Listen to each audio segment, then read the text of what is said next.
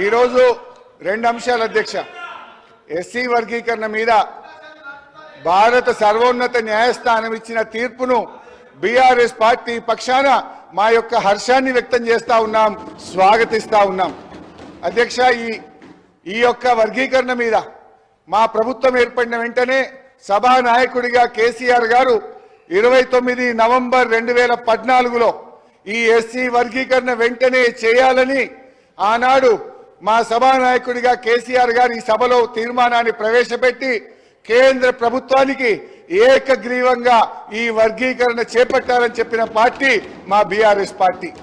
తీర్మానం చేయడమే కాదు అధ్యక్ష, ఎస్సీ వర్గీకరణను వెంటనే చేపట్టాలని ఆ తీర్మానం కాపీని స్వయంగా కేసీఆర్ గారే తీసుకొని ఆనాటి ఉప ముఖ్యమంత్రిగా ఉన్న నాయకులను, దళిత నాయకులందరినీ వెంట పెట్టుకొని వెళ్లి ప్రధానమంత్రి గారిని స్వయంగా కలిసి దీని వర్గీకరణ యొక్క ఇంపార్టెన్స్ ను ఆ రోజు కేసీఆర్ గారు ప్రధాని గారికి వివరించడం జరిగింది.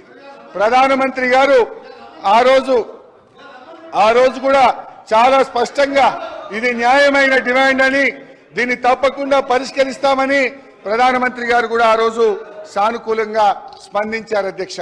అయితే అధ్యక్ష, ఈ వర్గీకరణ పోరాటం చాలా సుదీర్ఘమైన పోరాటం. ఎన్నో త్యాగాలు జరిగినాయి. ఎంతో మంది వర్గీకరణ కోసం గతంలో ప్రాణాలు అర్పించిన సంగతి కూడా మనకు తెలుసు. ఇదే గాంధీ భవన్ దగ్గర పెట్రోల్ పోసుకొని ఆ రోజు కొంతమంది మాదిగలు ఆత్మాహుతికి పాల్పడితే అప్పటి ప్రభుత్వం కనీసం వాళ్ళని పట్టించుకున్న పాపాన కూడా పోలేదు.